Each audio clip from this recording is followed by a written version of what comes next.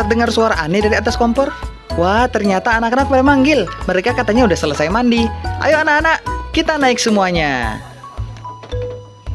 Berikutnya, mari kita siapkan tempat bermain mereka. Masukkan bahan-bahan tadi dan tambahkan daun jeruk supaya lebih semeriwing. Wing wing wing. Masukkan garam yang berasal dari lautan.